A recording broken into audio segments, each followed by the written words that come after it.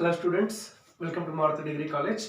In the last class, we come to know what is the meaning of underwriting, why we need to go with underwriting of shares or debentures, etc.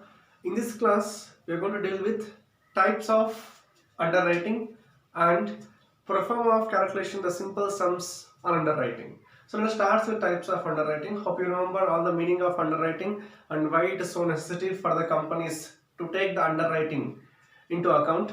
And underwriting might be classified into two types. One is on the basis of number of shares or debentures, and second one is on the basis of liability of the underwriters.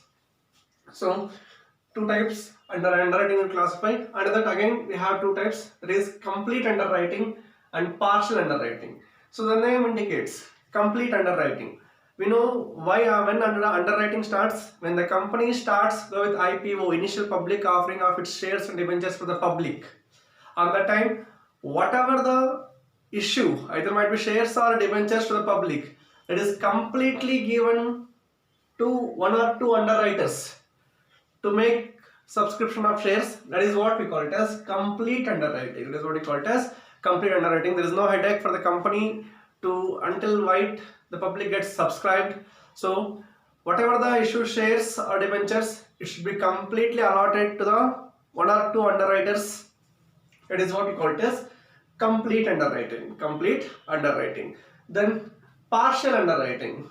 Again, partial means not full, only the part. Only the part. So some companies will have an weightage of its shares. It's not so difficult to meet the requirements of minimum subscription. On the time the company won't allot every shares to the underwriters. Only a part, either might be 20 or 30, depends upon the company. Only certain part of the shares or debentures should be allotted to the one or two underwriters. That is what we call it as partial underwriting. That is what we call it as partial underwriting. So that is what on the basis of number of shares or debentures. When you look at the second one, on the basis of liability of the underwriters, on the basis of liability of the underwriters, again it might be classified into two types. Again it will be classified into two types. One is pure or open underwriting. Second one is firm underwriting. So pure or open underwriting in the sense means, so when the shares issued to the public, the company made arrangement. So here the underwriters try to get some portion of the shares.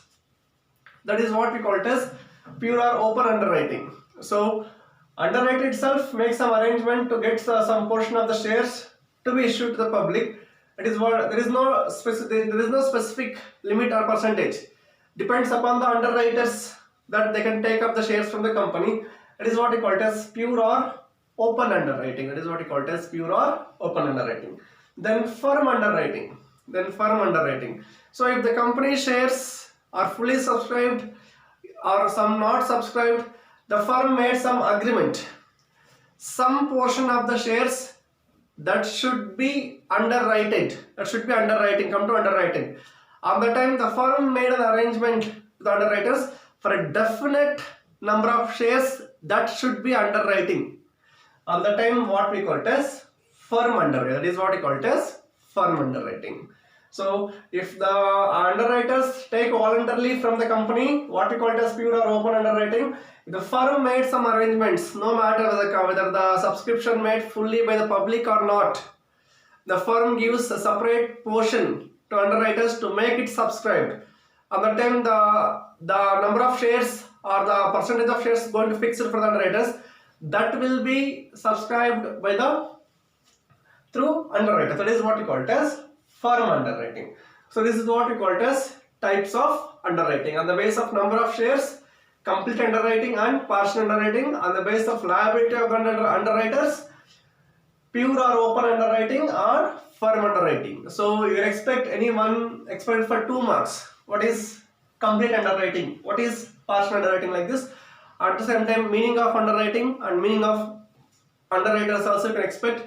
You come to before going to the format option, we can know one more term, the marked and unmarked applications.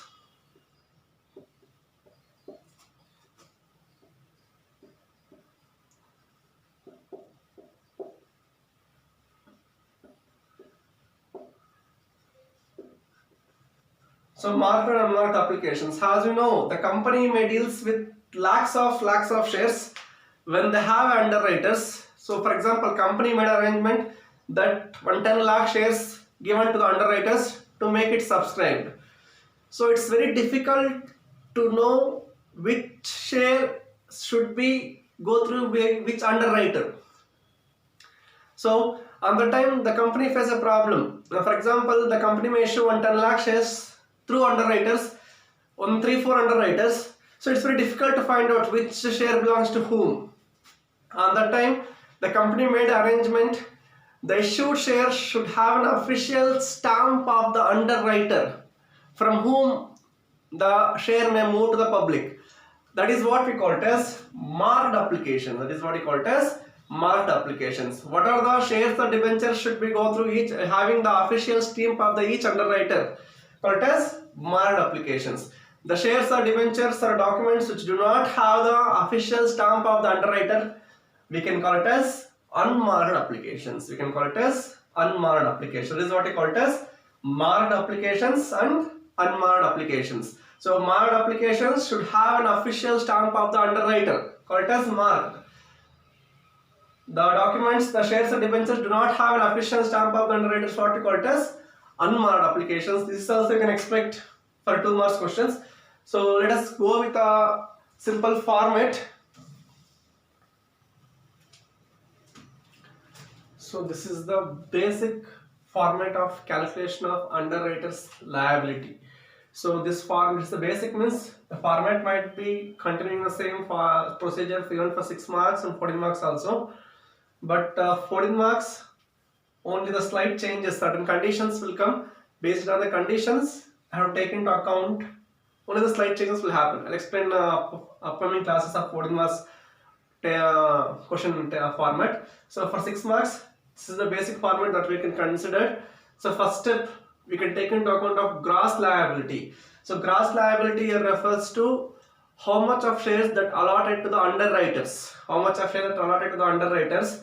Say for example, AB is a company giving 1 lakh shares to X. Giving 1 lakh shares to X. So the 1 lakh will be the gross liability.